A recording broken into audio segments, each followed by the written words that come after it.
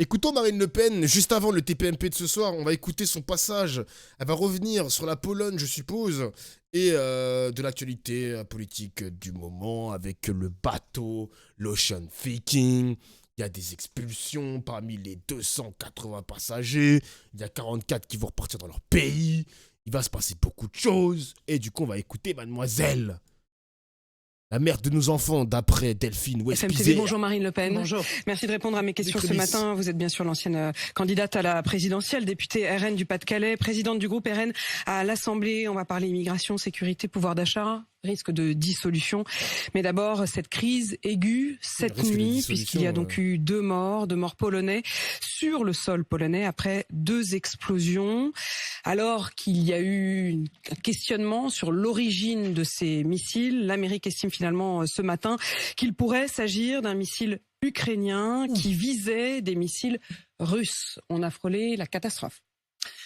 Oui, et bien que je crois que ça doit servir de leçon dans ce. On a frôlé la catastrophe. Et je vais reposer la question de tout à l'heure, mais... Parce que je sais pas s'il y a un spécialiste maintenant, mais les mecs, ça veut dire concrètement qu'il y a un missile ukrainien qui est rentré dans un pays de l'OTAN. Donc il a... Voilà quoi, il a causé des dégâts et des morts. Est-ce que la Pologne peut déclarer la guerre à l'Ukraine? On est d'accord, c'est bizarre les mecs, non? C'est bizarre. genre de domaine, il faut toujours conserver son sang-froid. Et Bizarre. j'ai noté d'ailleurs que le président Emmanuel Macron ce matin appelait déjà à la plus grande prudence vis-à-vis de ces voix qui commençaient à s'élever cette nuit, presque en se réjouissant de la possibilité de déclencher en quelque sorte une guerre mondiale, c'est-à-dire d'internationaliser la guerre. Vous avez entendu des gens se réjouir, vous? Ah, j'ai vu sur Twitter, j'ai vu, bon, je vais pas donner des noms, mais j'ai vu sur Twitter des gens qui avaient l'air de dire tout de suite il faut déclencher Mais c'est qui, l'article les gens 5, etc. Donc, ce sont des géopoliticiens.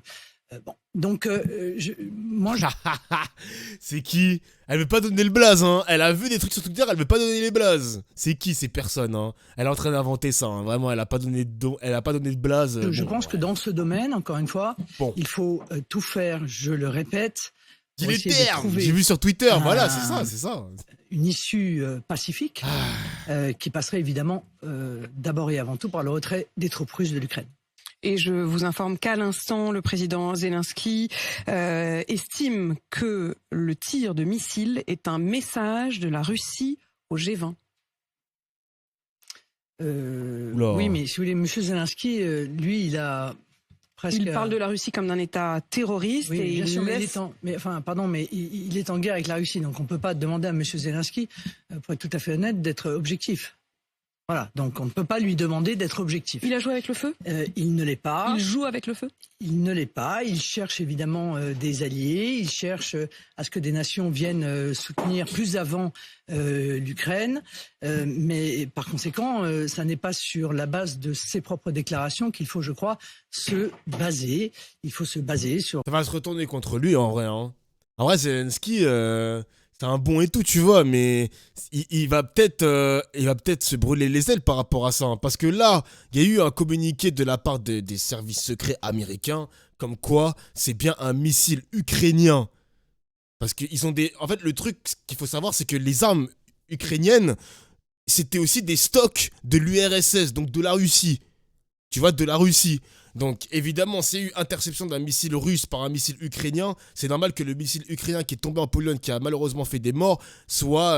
tu vois, c'est très difficile à décrypter parce que, comme les stocks viennent de l'URSS, bah, frérot, comment tu veux savoir que c'est la Russie qui a tapé la Pologne? C'est pas possible, c'est pas possible, quoi.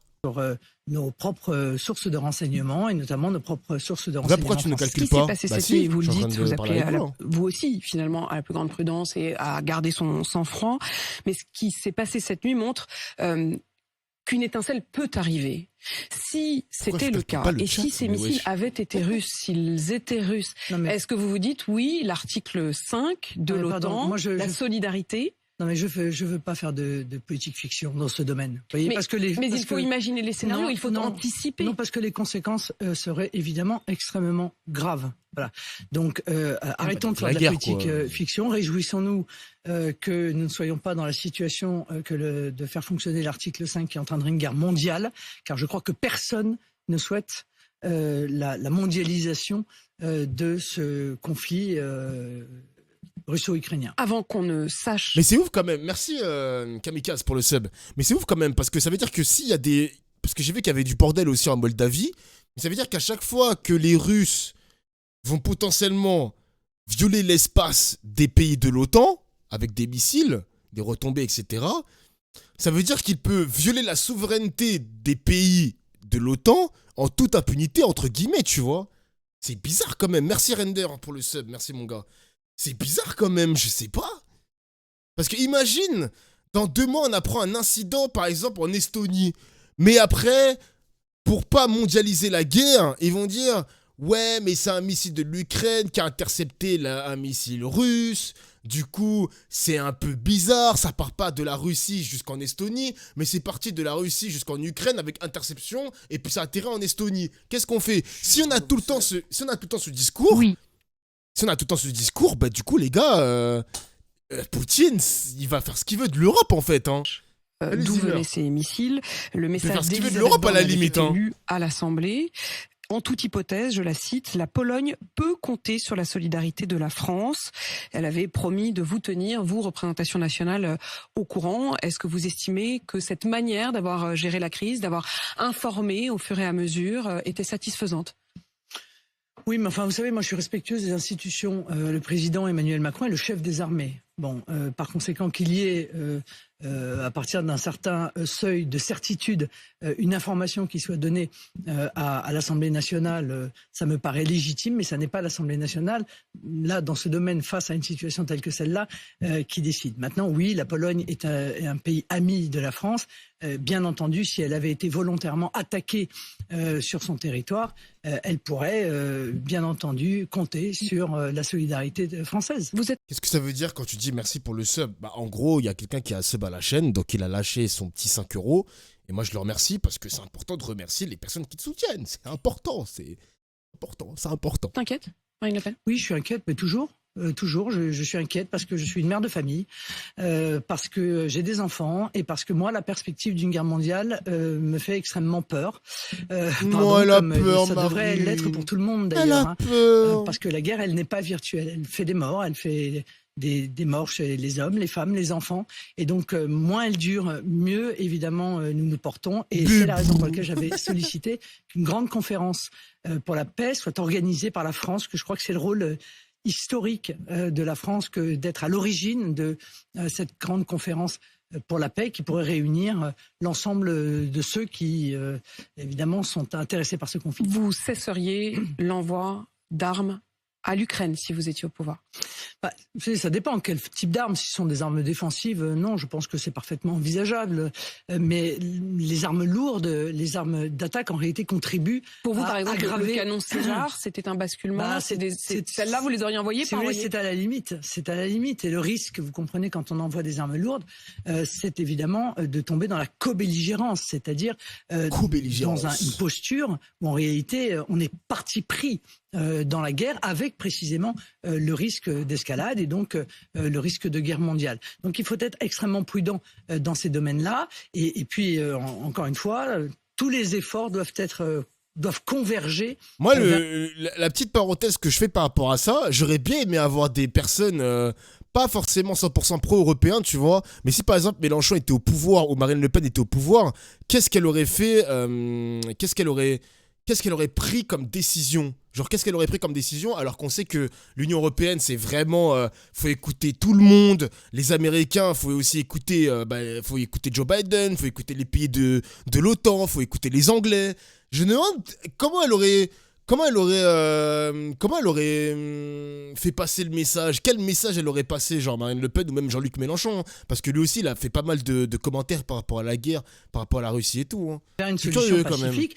Non aligné, il a dit Mélenchon. Il y a quelques semaines, il avait dit la solution sera diplomatique. Donc elle ne sera pas militaire. Voilà. Retour en France et cette crise diplomatique avec l'Italie pour le coup, l'Océan Viking qui a donc fini par être accueilli par les autorités françaises, et Gérald Darmanin qui était à l'Assemblée hier a précisé que 44 des migrants rescapés seront expulsés de France. Il dit qu'il y a 60 personnes qui peuvent demander l'asile, qui seront réparties sur le territoire européen. Et alors Lavalette, qui est membre de votre groupe, qui l'interrogeait, il a dit: je m'enorgueillis, Madame la députée, que ce soit cette majorité qui soit au pouvoir pour sauver ces enfants-là. Avec vous, on sait ce qu'ils seraient devenus. Et il a même précisé sa question. Finalement, une question est simple. Si vous étiez en responsabilité, auriez-vous laissé mourir ces 44 enfants ? Je pense que tous ceux qui entendent ça prennent conscience de l'indécence du ministre de l'Intérieur. Et du cynisme du ministre de l'Intérieur. Merci Livia Chiu pour le seul. Cette question est honteuse. Elle est honteuse. Car la réalité de la politique que nous souhaitons mener, ça n'est pas de laisser mourir personne.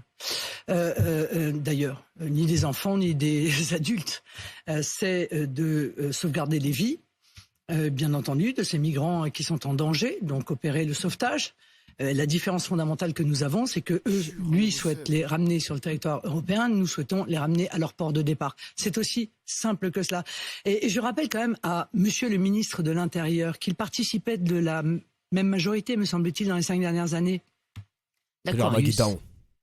L'Aquarius que la France avait refusé. C'est Emmanuel Macron qui avait refusé d'accueillir l'Aquarius. Je vous rappelle que l'Aquarius, du coup, a été accueilli à Barcelone. Bon. Donc voilà des gens qui sont capables de dire tout et l'inverse de tout. D'utiliser, c'est même pas des fils, c'est des cordes telles que celles qu'il a utilisées hier, avec un cynisme qui dépasse l'entendement. Une partie des migrants qui étaient sur l'Aquarius avaient quand même été accueillis à Marseille. Vous au pouvoir, vous auriez quand même accueilli au port ce bateau pour sauver, et raccompagner ensuite. Comment ça marche concrètement ? C'est-à-dire, vous auriez fait quoi ? C'est-à-dire, enfin, écoutez, concrètement... Vous dites on les aurait pas laissés mourir, mais pour autant, on les aurait pas accueillis. Enfin, donc mais concrètement, qu'est-ce qu'on fait ? D'abord, concrètement, on considère que les ports de Tunisie et d'Algérie sont des ports sûrs. Parce que je ne comprends pas pourquoi le gouvernement français considère que les ports tunisiens ne sont pas sûrs, par exemple. Pourquoi ? Je rappelle qu'il y a des centaines de milliers de Français qui vont en vacances en Tunisie chaque année et que personne n'est venu leur dire qu'ils étaient en danger en allant dans ce pays. C'est même méprisant à l'égard de la Tunisie, en l'occurrence, et de l'Algérie. Or, le port le plus proche est le port tunisien. Ils avaient quitté les eaux territoriales tunisiennes. Oui, non, mais ils les quittent parce que, encore une fois, ils n'y sont pas accueillis. Et pourquoi n'y sont-ils pas accueillis ? Donc tout cela est une vaste opération qui vise en réalité à nous faire accepter une immigration qui sera de plus en plus massive, avec des ONG qui sont des complices des passeurs, dans bien des cas. C'est-à-dire complices des passeurs. Oui, complices des passeurs, oui, qui sont en contact direct, dans certains cas, avec les ONG. passeurs, qui les appellent en disant, voilà, nous quittons le... Ah, vous dites carrément qu'il y a un... Pardon, mais madame, il y a des images de Frontex. C'est fort de dire ça quand même, hein. C'est fort de venir dire sur un plateau que les ONG sont complices des passeurs, hein. C'est fort. Pour vous, ils travaillent main dans la main. Elle ose des choses. Ils se donnent des rendez-vous, ils prennent le relais. Oui, ça arrive. Et il y a même des témoignages d'ailleurs de migrants qui disent si les bateaux d'ONG ne sont pas prévenus, nous refusons de partir, nous refusons d'embarquer. Il y a des images dans lesquelles on voit un chalutier amener des migrants, les faire entrer dans une barque et immédiatement après, un bateau d'ONG venir les chercher. Ces gens sont des idéologues. Ce qu'ils souhaitent, c'est nous mettre devant le fait accompli. Emmanuel Macron n'avait pas cédé lors des 5 dernières années. Il cède aujourd'hui. Il ne pourra plus jamais dire non maintenant. C'est ça le problème. Quand vous parlez des idéologues, vous parlez des sauveteurs, des ONG. Hein. Bien sûr, bien sûr. Marine Le Pen, il y a une confusion ce matin autour du sort de l'imam Iqiyoussen. La justice belge avait hier refusé de l'extrader en France, mais ce matin, la secrétaire d'État belge à l'asile et à l'immigration annonce que l'imam a été placé en centre fermé en vue d'un éloignement du territoire belge. Vraisemblablement, il pourrait être donc expulsé au Maroc. Et dans ce même temps, l'imam Iqiyoussen accorde une interview à nos confrères du Parisien dans lequel il se repent, il regrette. Il dit: j'ai dit des choses condamnables. Il dit que sa langue a fourché, que ça a dépassé, je cite, il veut revenir en France. Par sa pensée et par son vocabulaire. Il dit: j'ai évolué. Que faire et que croire ? Dehors. On le crope, wesh. Que faire? Dehors. Oh, il est Dehors. déjà dehors, là. Oui, d'accord, il est dehors. Ah ouais. Mais, si vous voulez, il est parti, il s'est enfui en réalité. Donc, ce n'est pas la France qui a eu la maîtrise de ce dossier. Violent. Là encore, pardon de vous dire que le ministre de l'Intérieur a échoué, puisque cet homme s'est échappé. Bon, il a quand même osé, M. Darmanin, se réjouir en disant, vous voyez, il est parti. Oui, d'accord, mais si la justice fonctionne comme ça, ça pose quand même un problème. Donc, il doit être Sans évidemment pitié, hein. expulsé, il doit être interdit définitivement du territoire, mais surtout, il aurait dû l'être depuis longtemps. C'est ça la réalité. Et des IQSN, il y en a plein en France. Et on voit bien que la politique de lutte contre le fondamentalisme islamiste n'est pas menée en France avec la fermeté avec laquelle elle devrait Il être dit menée. dans cette interview au Parisien, il dit la France est le plus beau pays du monde. Oh. Bien sûr. Oh, Ikusen, trop mignon. Est-ce qu'on lui laisserait une seconde chance, les gars? Le chat. Vous lui aurez cédé, enfin, vous l'aurez laissé une seconde chance. Là, maintenant, ici, ça fond la France et tout. Après avoir proféré des paroles. Non, aucune chance. Il y a quand même des... Ah non, il y a un seul oui. J'allais dire, il y allait avoir des oui, mais il y en a un seul, en fait. Il y en a un seul. Et pourtant, il veut la changer en réalité. Il veut y imposer la charia. Donc voilà, des gens qui ont un double discours dont on ne doit pas être dupe. En réalité, ils expriment... Pour vous, ces regrets, c'est une duperie. Mais bien sûr que c'est une duperie. Enfin, écoutez, on n'est tout de même pas nous ne sommes tout de même pas des naïfs. Bon, c'est une duperie et il ne faut pas y céder.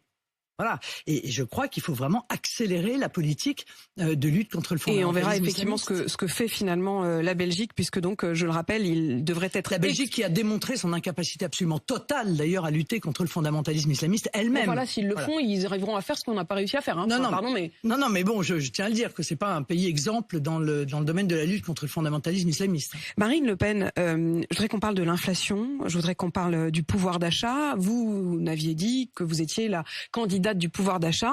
Et pourtant, vous avez voté contre le versement d'un chèque énergie de 100 à 200 euros pour les foyers les plus modestes, contre des crédits ouverts pour les aides aux agriculteurs, contre une aide de 230 millions d'euros pour les ménages se chauffant au bois. Tout cela, c'était dans le budget rectificatif et vous avez voté contre. Non, mais tout cela est totalement faux. Il faut arrêter avec ça parce que ça, c'est une manœuvre. D'accord ? Nous avons voté, article par article, pour évidemment l'intégralité. Quand le paquet global est donné et qu'il y a tout ça dedans, et vous savez pourquoi d'ailleurs on a voté contre ? Justement parce que il voulait supprimer la ristourne. Vous voyez, la ristourne là, qui vient de passer, là, ce matin, c'est à minuit, là, cette nuit, de 30 centimes à 10 centimes.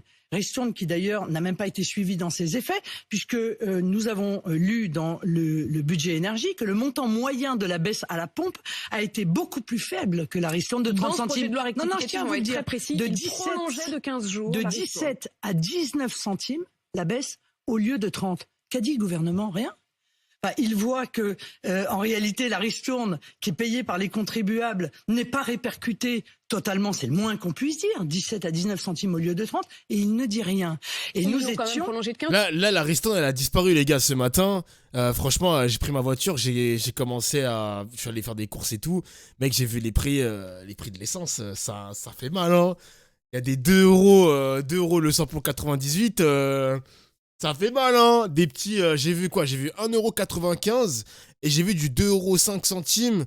Le litre, ça fait mal, ça picote quand même. 15 jours, ça vous suffisait pas, vous auriez voulu le prolonger davantage. Bien sûr que non. De Salut, deux choses. Soit on prend les mesures qui sont celles du Rassemblement national et qui sont bien meilleures que les chèques à répétition. Vous n'étiez pas au départ pour la ristourne. Maintenant, vous êtes contre le fait de l'arrêter, mais vous n'étiez pas pour. Je vais vous expliquer beaucoup plus clairement. Allez-y. Soit on prend les mesures du Rassemblement national qui sont beaucoup plus efficaces que les chèques ou les ristournes qui sont opérées par le gouvernement, qui était la baisse de la TVA de 20 à 5,5. Pas seulement sur le carburant, mais aussi sur le gaz, sur l'électricité et sur le fuel. Et l'on met en place la TVA à 0% pour un panier de produits, de 100 produits de première nécessité, parce qu'on ne parle quasiment pas de l'inflation alimentaire, mais elle est absolument spectaculaire. Et on aurait eu évidemment l'intégralité des Français qui auraient bénéficié de ces mesures. Soit on fait le choix que nous critiquons, mais il faut bien aider les Français dans la situation très difficile que de la ristourne, et à ce moment-là, on la maintient. 12%. Les gars, j'ai fait mes courses ce matin, putain. Heureusement que je garde mes tickets de caisse, parce qu'en fait, quand tu fais tes courses sur Leclerc, t'as l'application où t'as la liste de toutes tes courses. Je commande quasiment la même chose depuis que j'ai emménagé ici chez moi. Je commande depuis le mois de mars. Ouais, depuis le mois de mars, je suis chez moi. Hein. depuis le mois de mars ou mai, je sais plus, peu importe. Bref, les gars, la facture, elle est tellement salée. Aujourd'hui, elle est tellement salée. Oh là là là là là là. C'est une folie, ça pique. On la ça maintient parce qu'il pique. est évident qu'aujourd'hui, Aïe, aïe, aïe. les prix vont remonter de manière Ah non, je paye plus cher, spectaculaire, God et Given. ça, Plus cher, et ça, plus cher. vient se cumuler avec l'inflation générale. On dit l'inflation est de 6,2% sur un an. Bon, alors ça paraît mesuré quand on dit C'est mesuré, 6,2%. disons, par rapport à nos voisins. C'est-à-dire Oui, que quand d'accord. on regarde effectivement la situation Oui, en d'accord. Angleterre ou en Mais Espagne ou en Allemagne, 6,2%, C'est mais pire. 12% sur l'alimentation générale. 12% sur l'alimentation, 17% sur le frais. sur les Oui, oui, tout à produits fait. frais, 34% sur les légumes. Vous comprenez que les Français, eux, quand ils vont faire leurs courses, eh bien, ils se rendent 34% pour les légumes. Consommez ça, les gars. Moi, je mange pas de légumes, hein. Je mange pas de légumes, les gars. Consommez ça, les gars. 34%. Fuck les brocolis. Fuck les haricots verts. Fuck les concombres. Fuck quoi encore, tous les légumes possibles. Nique ta mère, à part le céleri et le coleslaw. Prenez ça, les gars. De la spiruline, les mecs. Prenez de la spiruline. Putain, c'est trop bon, ça. compte qu'ils n'arrivent plus à remplir leur Je caddie suis mort. et Ça veut dire que à se votre nourrir mesure, correctement. Marine Le Pen, elle aurait concerné non pas seulement la question du carburant, mais tous les prix, tout ce panier, bien dans sûr. lequel il y a des 30%. produits de première nécessité, dans lequel il y Putain. a Bien sûr. les produits frais, la viande, les légumes. Bien sûr. Bien sûr. Mais de surcroît, moi, j'aurais fait d'autres choix politiques. Car la Lesquels réalité, c'est que ce que nous vivons est la conséquence de très mauvais choix politiques. Notamment, évidemment, sur l'énergie.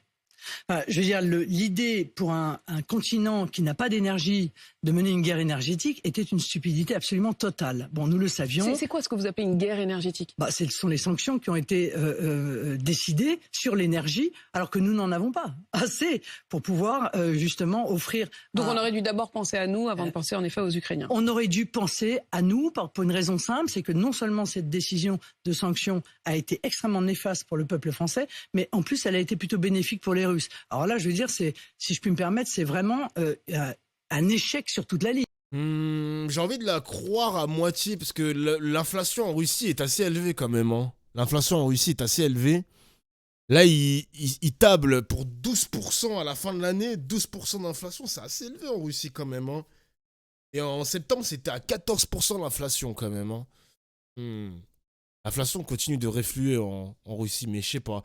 C'est peut-être les États-Unis. Enfin, les membres de l'OTAN, les Occidentaux, ils pensaient que ça allait mettre à terre l'économie des Russes. Mais vraiment, on parlait d'inflation à 20%, voire 30%. Mais attendez, vous croyez vraiment que Poutine allait se laisser faire? Il allait prendre des mesures draconiennes, c'était sûr et certain, wesh. C'était sûr, ils sont dégoûtés les Occidentaux, exactement, Scankix. Hein. Eh ouais, hein. Donc là, tu tiens d'où ces sources. Les 12%, c'est le... alors, la source, c'est le trésor... Enfin, c'est le trésor...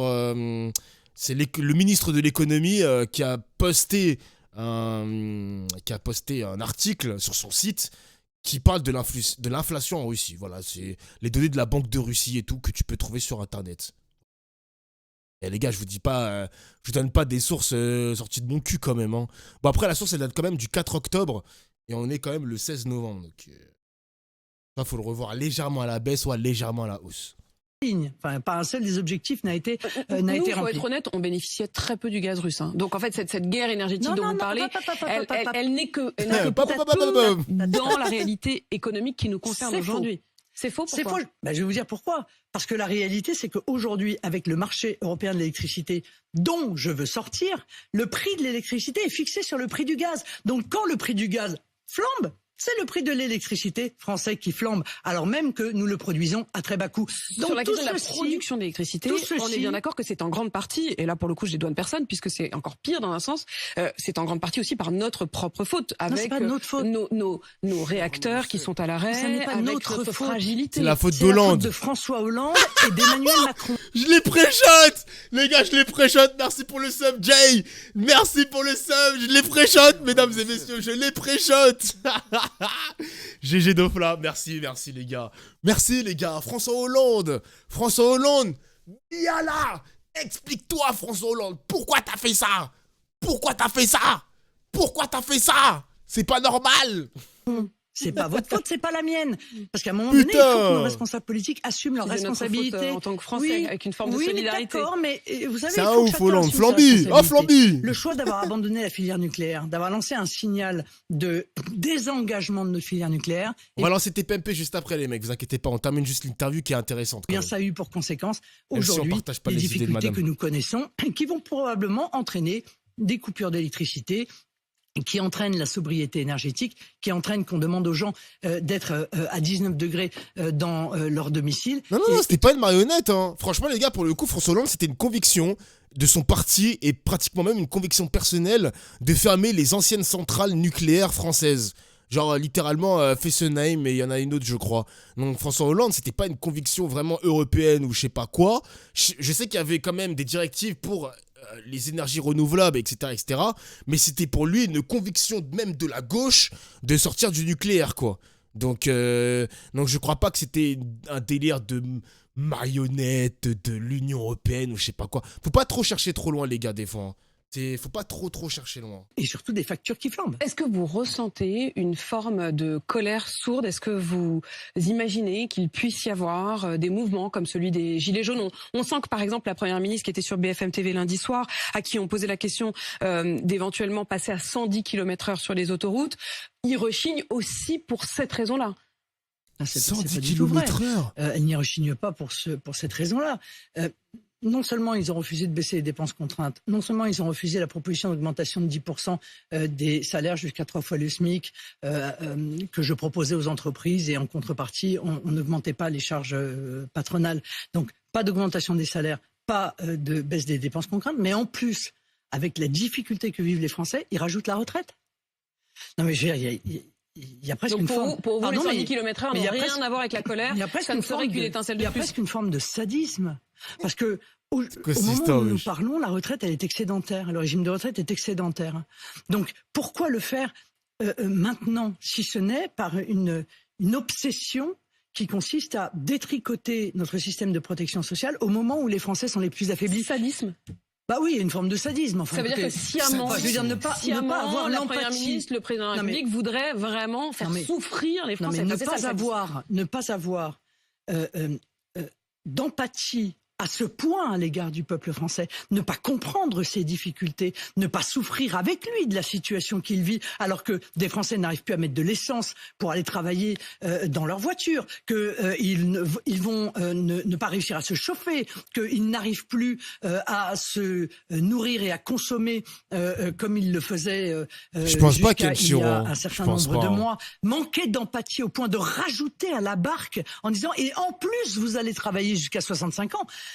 Donc pour vous, le incompréhensible. gouvernement tire presque une forme de plaisir à faire souffrir les Français. Je finis par me poser la question. Ça parle vraiment de sadisme et de délire comme as. On est là pour...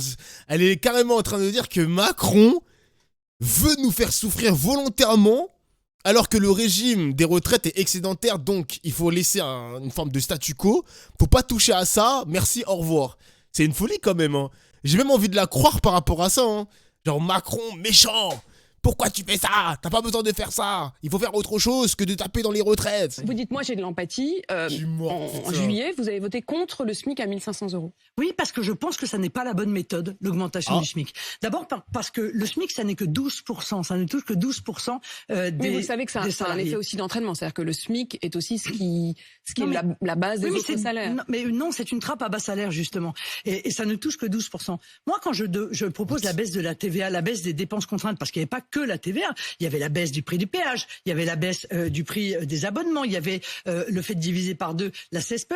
Pourquoi je le fais? Parce que ça bénéficie à tous. Quand je propose l'augmentation de 10% des salaires, c'est jusqu'à 3 fois le SMIC. C'est-à-dire que j'inclus les classes moyennes, ce qui n'est pas le cas des propositions sur le SMIC. Vous voyez, c'est une autre manière. Ça n'est pas un refus pour le plaisir de laisser les gens au SMIC. C'est que plutôt C'est que le pour le d'augmenter sub, ce qui est, 14 on le mois de sait sub, d'ailleurs, merci, mon gars. inflationniste en situation d'inflation, eh bien, on baisse les dépenses contraintes, ce qui est désinflationniste. Je vous repose la question, les 110 km/h qui auraient à la fois des vertus sur le portefeuille, parce que du coup c'est moins de consommation d'essence, et sur l'environnement, vous y êtes favorable ou non? Non, absolument pas. Mais on peut aussi s'arrêter de vivre, hein, de respirer, d'avoir des voitures, on peut retourner à la carriole à chevaux. Si on écoute d'ailleurs les écologistes, c'est à ça qu'on va revenir. Hein. Si. Vous caricaturez un petit peu. Non, quand je même. veux pas à peine. Sérieux, 110 km/h, les 68% des Français sont favorables. Abuse les sondages du Parisien, là. Comment ça, vous voulez qu'on roule à 110 km/h? Mais vous êtes fous, quoi. Peine parce que, enfin quoi que Mais vous vous avez êtes raison hein, fous. pour les chevaux parce qu'ils voudront pas qu'ils tirent Oh. les carrioles. Mais Zimmer, réveille-toi, je veux dire, mec. Cette Non, mais j'ai envie capacité d'en à rire, envisager, mais il faut mieux vaut en rire qu'en pleurer parce que la réalité gros, c'est que l'environnement réveille-toi. est une vision de régression absolument totale de la civilisation. Alors que évidemment les solutions sont dans la science, De le Blazalu, progrès. salut, C'est-à-dire mon qu'on va gars. trouver demain les solutions pour pouvoir améliorer l'efficacité énergétique. On va trouver demain le moyen d'utiliser l'hydrogène, qui est une énergie l'hydrogène. totalement propre. On va trouver tout cela. Ce sera en Et il faut 2050 chercher, il faut l'hydrogène pousser les développé à la chercheurs. mort. Il faut en aucun cas avoir une vision rabougrie de décroissance comme l'ont un certain nombre de personnes. Vous parliez des chevaux à l'instant, on pourrait parler aussi des taureaux, puisqu'il va y avoir cette proposition de loi qui est une proposition La France Insoumise pour interdire la corrida. Ça serait quoi votre position à vous? Moi, ma position à moi, c'est d'interdire la corrida aux mineurs.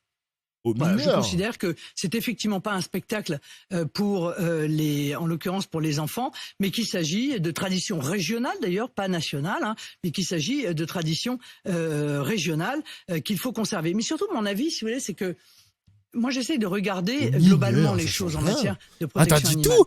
Je Mais crois voyez, que les taureaux, ça c'est des messes basses. Elle veut interdire la corrida en mode regardez les écologistes, je suis un peu de votre côté, mais elle veut pas totalement l'interdire parce qu'elle veut se mettre du côté des conservateurs qui touchent vraiment les régions. En mode on va les interdire mais uniquement pour les mineurs parce que t'inquiète, on va quand même les conserver. Hein. Ils sont malins. Hein. Vous voyez les gars, à force de regarder ça en stream, vous commencez à vous forger une opinion sur comment fonctionne la politique, etc. C'est sombre, les mecs. Hein. c'est très 5 000 taureaux sombre. par an. Ah là là. Combien y a-t-il Des éléments de langage. Bah ouais, bah ouais. 5 000 taureaux tués par an. Hein. Oui, voilà. Mais l'abattage sans étourdissement. Là, vous parlez des de vaches l'abattage rituel. Des bœufs, non, des vaches d'œufs. Non, maintenant, ça s'est généralisé. C'est sans étourdissement. Des vaches de réforme, des bœufs, etc. C'est combien par an? Je crois 5 millions. Vous voyez? Donc l'urgence, elle est là. Si on veut véritablement qu'il y ait un nombre très important d'animaux qui demain souffrent moins, il faut imposer l'abattage avec étourdissement. Mais je ne comprends pas de quoi vous parlez parce que vous dites... Je parle de souffrance animale. Non, bien sûr, ça j'ai bien compris, Marine Le Pen. Mais quand vous dites non, c'est pas l'abattage rituel. Au départ, c'est quand même pour Oui, l'abattage vous avez raison. rituel. Enfin, je veux dire, je veux quand même qu'on sache de Alors, quoi on vous parle. avez raison, mais le problème, c'est que pour des raisons économiques et pour des raisons de facilité, des abattoirs entiers ont fait le choix de ne faire que de l'abattage cela, vous sans l'interdiriez. étourdissement. Et moi, je considère qu'il faut interdire cela, comme d'ailleurs... Pardon, mais l'a décidé pour le coup l'Union européenne. Vous voyez qu'un coup, on demande l'application des règles de l'Union européenne, mais je n'attends pas l'Union européenne pour demander que ces abattages se fassent avec étourdissement. Donc une forme de pragmatisme. Merci Marine Le Pen d'avoir répondu à mes questions ce matin sur RMC et BFM TV. Ok. Il est 8h53. Bon, ça va, c'était intéressant aujourd'hui. C'était cool. J'ai bien aimé. Franchement, j'ai bien aimé cette petite interview.